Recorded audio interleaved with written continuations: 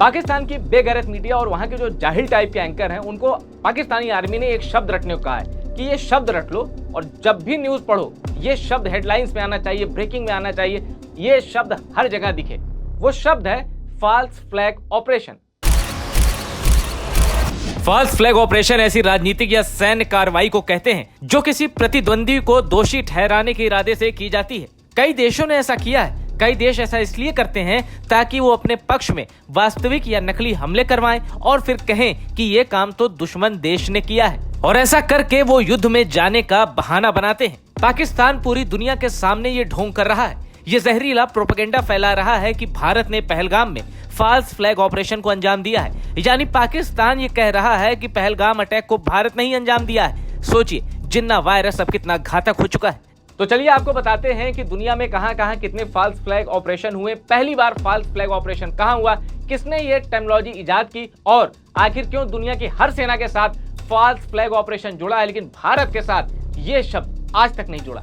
False flag operation शब्द का पहली बार इस्तेमाल 16वीं शताब्दी में किया गया था और ये समुद्री डाकुओं से जुड़ा है। दरअसल उन दिनों समुद्री डाकू अपने जहाज पर किसी दूसरे देश का झंडा फहरा कर समंदर में निकल जाते थे और फिर व्यापारी जहाज जब उस झंडे को देखकर अपना दोस्त समझकर उस जहाज के पास आता था तो समुद्री डाकू उस पर धावा बोल देते थे। फॉल्स फ्लैग जैसा कि नाम से ही इंगित है कि झंडे का मतलब कुछ और है, उसी तरह जैसे समुद्री डाकू झंडा किसी और का दिखाते थे और असल में उनकी नीयत, उनकी मंशा कुछ और होती थी। वर्ल्ड वॉर 2 में कैसे जर्मनी ने फॉल्स फ्लैग ऑपरेशन का इस्तेमाल किया, मैं आपको वो बताता हूँ। जानते हैं, पोलैंड पर आक्रमण करने से एक रात पहले जर्मनी के कुछ सोल्जर्स पोलैंड के एक रेडियो टावर के पास पहुंच गए। वहां उन्होंने एक लाश छोड़ी और उस लाश को पोलैंड के सैनिक की वर्दी भी पहना दी और उसके बाद जर्मनी ने रेडियो पर यह मैसेज फैला दिया कि पोलैंड के सैनिकों ने हमला कर दिया है और रेडियो टावर को अपने कब्जे में ले लिया है। इसके बाद एडोल्फ हिटलर एक स्पीच देता है और कहता है कि पोलैंड ने हमले के लिए उकसाया है और अब पोलैंड को जवाब दिया जाएगा, और अगले ही दिन हिटलर की सेना पोलैंड पर आक्रमण कर देती है। 3 साल से रूस और यूक्रेन के बीच जो जंग छिड़ी उसमें कई ऐसे मौके आए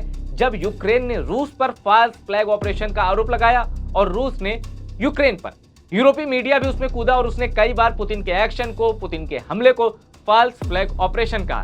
तो क्या वाकई यूक्रेन और रूस की जंग में फॉल्स फ्लैग ऑपरेशन हुआ है? 2014 में क्रीमिया की जंग हो या 2022 से छिड़ी रूस यूक्रेन की जंग, पुतिन की सेना पर फॉल्स फ्लैग ऑपरेशन का बहुत बड़ा आरोप कई बार लगा है। रूस और यूक्रेन की जंग में ऐसा कई बार हुआ जब किसी स्कूल पर अटैक किया गया, किसी रिहायशी बिल्डिंग पर अटैक किया गया, किसी अस्पताल को टारगेट बनाया गया और किसी न्यूक्लियर प्लांट को टारगेट किया गया। हर बार यह थ्योरी आई कि यह रूस या यूक्रेन का फॉल्स फ्लैग ऑपरेशन है। बवाल तब बढ़ा जब नॉर्ड स्ट्रीम की पाइपलाइन में ब्लास्ट कर दिया गया। यूक्रेन ने आरोप लगाया था कि नॉर्ड स्ट्रीम की पाइपलाइन में ब्लास्ट रूस का एक फॉल्स फ्लैग ऑपरेशन है। यानी यूक्रेन ये बताना चाहता था कि रूस ने ही खुद हमला करवाया है और इल्जाम यूक्रेन पर लगाएगा। लेकिन जब जांच हुई तो पता चला कि यूक्रेन ने ही नॉर्ड स्ट्रीम की पाइपलाइंस में विस्फोट करवाया था। पाकिस्तान के पास पहलगाम से पहले ही पूरी स्क्रिप्ट रेडी थी। वो जानता था कि पहलगाम में कुछ बड़ा होने वाला है। क्यों? क्योंकि पाकिस्तानी आर्मी खुद इसमें इन्वॉल्व थी। आसिम मुनीर के इशारे पर पहलगाम का अटैक हुआ है, उसको एग्जीक्यूट किया गया है और फॉल्स फ्लैग वाला ये शब्द जो खोजा है ना पाकिस्तानी आर्मी ने, ये इनको बहुत भारी पड़ने वाला है। क्योंकि आप दुनिया में कुछ भी प्रचारित करिए, कुछ भी प्रसारित करिए, सच भारत जानता है, दुनिया जानती है, पाकिस्तान के लोग भी जानते हैं कि सच क्या है।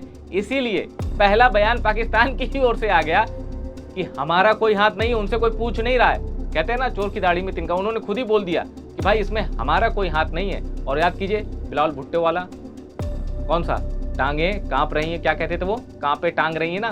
तो पाकिस्तान की इस समय हालत ऐसी है, कांपे टांग रही है। काउंटडाउन ऑन है पाकिस्तान।